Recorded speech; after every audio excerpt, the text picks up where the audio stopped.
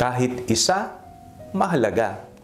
Ako po si Father Fiel Pareha at ito po ang ating segment, ang Daily Devotion, na kung saan tayo po ay magdarasal, magbabasa at magdinilay kasama ng salita ng Diyos sa buong taon. Manalangin tayo.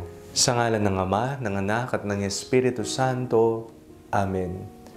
Halina, banal na Espiritu, liwanagan mo ang aming puso at isip nang maunawaan at may sa buhay namin ang iyong salita. Amen. Our Bible passage for today is from the Gospel of St. Luke chapter 15, verses 1 to 7, and I read it for you. Now all the tax collectors and sinners were coming near to listen to him, and the Pharisees and the scribes were grumbling and saying, "This fellow welcomes sinners and eats with them." So he told them this parable.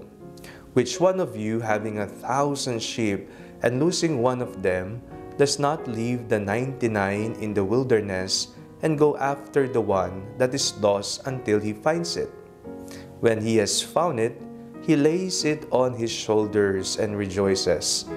And when he comes home, he calls together his friends and neighbors, saying to them, "Rejoice with me, for I have found my sheep that was lost." Just so I tell you, there will be more joy in heaven over one sinner who repents than over 99 righteous people who need no repentance. Madalas po sa ating pang-araw-araw na pamumuhay, kapag nakakita tayo ng barya, kung ito'y piso, ay hindi na pinupulot ngayon. Ito'y inaapak-apakan na lamang. Pero para sa mata ng bata, ang piso ay mahalaga. Pero habang tumatanda ang tao, para bang nawawalan ng halaga ang barya. Kapag naman papipiliin tayo, ano ang pipiliin natin? Ang marami o ang kakaunti? Ang pinipili natin ay ang marami. Oo nga naman, kung ikaw naman ay papipilian na rin naman, ang kukunin mo na ay ang marami. Ngunit, nakakaligtaan natin na mayroon ding halaga ang kakaunti. Ang isa ay mahalaga. Kung titingnan natin, papaano naging mahalaga ang isa? Pero hindi magiging buo ang isang kabuuan kung wala ang isa. Sa ating pong binasang Ebanghelyo, napakinggan po natin kung papaanong ang ating Panginoong Jesucristo ay nagbigay ng isang kwento. Kung ikaw ay mayroong 100 tupa at nawala ang isa, iiwan mo ba ang 99 alang-alang sa kaisa-isang matigas ang ulong lumihis ng landas at nawala? Batay po sa kwento ng Panginoong Jesucristo, ang pastol, iiwan niya ang 99 para mahanap ang nawawalang isa.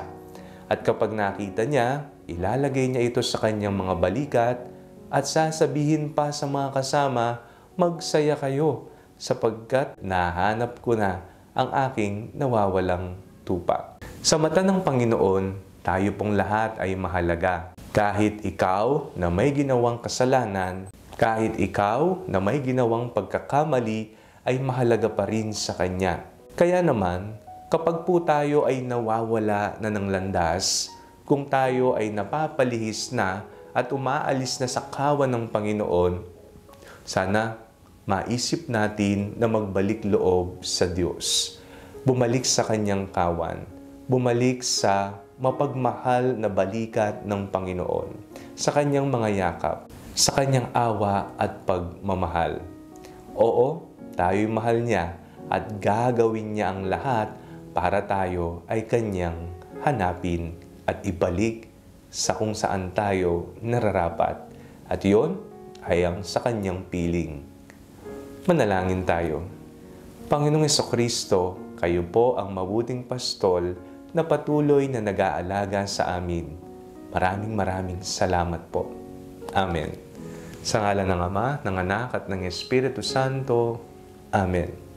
Huwag po ninyong kalimutang i-like ang video ito. Mag-comment po kayo and share it with your family and friends. Ang Panalangin Bago Matulog ay may sariling Facebook page na po. Huwag niyo pong kakalimutang mag-like at mag-follow dito, and do not forget to subscribe to our YouTube channel. click niyo lamang po ang link na nasa description ng video ito o kaya naman po just search Father Fiel Pareha. God bless you po.